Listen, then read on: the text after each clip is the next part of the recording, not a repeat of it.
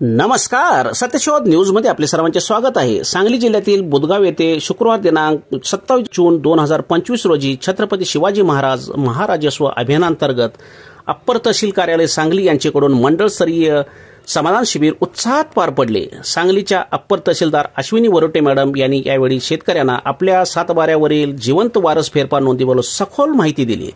याशिवाय सामाजिक अर्थसहाय्य योजनेची माहिती देऊन शेतकऱ्यांनी शेतकरी विशिष्ट ओळखपत्र काढणे अत्यावश्यक असल्याचे सांगितले। यावेळी विविध प्रकारचे दाखले वितरण करण्यात आले। शासनाच्या विविध लाभाच्या योजनांची ही माहिती या शिबिरात देण्यात आली। सदर कार्यक्रमास बुधगावच्या सरपंच वैशाली पाटील, बिसूरचे सरपंच सतीश निळकंठ, खोतवाडीच्या सरपंच स्नेहा कांबळे, मंडल अधिकारी पंडित चव्हाण, भरत काळे, ग्राम महसूल अधिकारी सचिन कुमार नांद्रे, योजना कदम बुधगाव, अलका भोसले बिसूर, अपर्णा सुतार खोतवाडी वाजेगाव, शिवाजी चव्हाण सांगलीवाडी यांच्यासह अनेक मान्यवर पदाधिकारी व लाभार्थी मोठ्या संख्येने उपस्थित होते।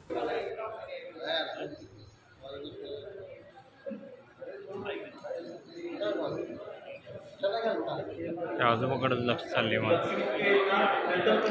त्या आजोबांच्याकडे फोटो गेली।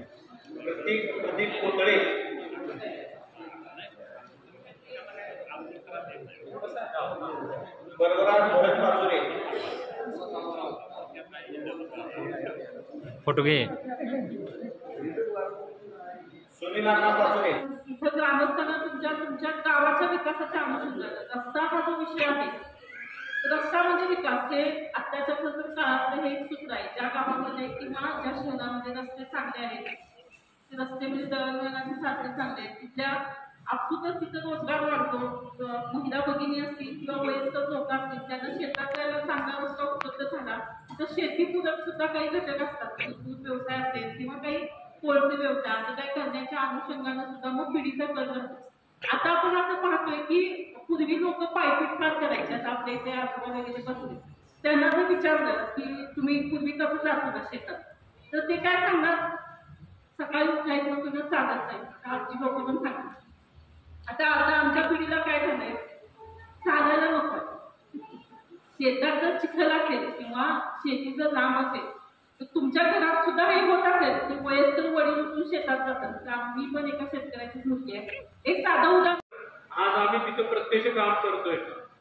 8 फुटाचा रस्ता पूर्वी होता, पण आज पूर्ण बागायचं, त्यामुळे अडचण पूर्ण गाडी आली की जात आहे। त्यामुळे 12 फुटाचा रस्ता हा आपल्या डोक्यात होता आणि हे शासन एवढं प्रगतीशील झालंय की शासनानं स्वतःहून 12 फुटाचा रस्ता आपल्याला करून दिला आहे।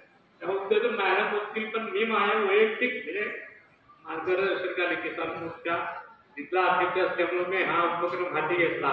पहिला एक रस्ता आपण पूर्ण केला, परवा दिवशी दादा आले, ते दादानं प्रत्यक्ष देऊन रस्त्याची पाठ दाखवली, कुठे किती बिकट वाट आहे हे दाखवलं। त्या दादाने सांगितले की आपण हे जे काही अर्ज असेल, जे काही शंका असतील तिथे तुम्ही संपर्क साधू शकता।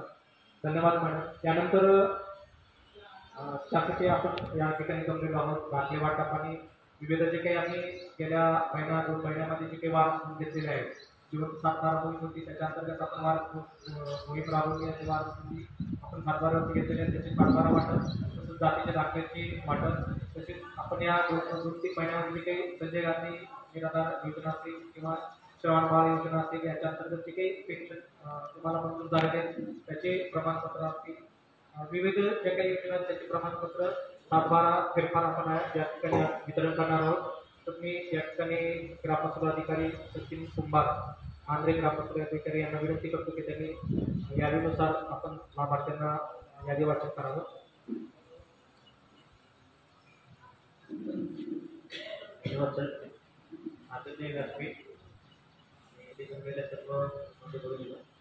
आपण आता दाखले वाटपचा कार्यक्रम घ्यायचा आहे, त्याच्यामध्ये सर्वात पहिले आपण दाखल्याचे वाटप करणार आहोत।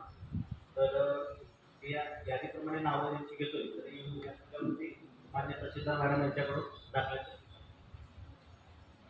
सर्वात प्रथम शिवाजी विकास चौगुले,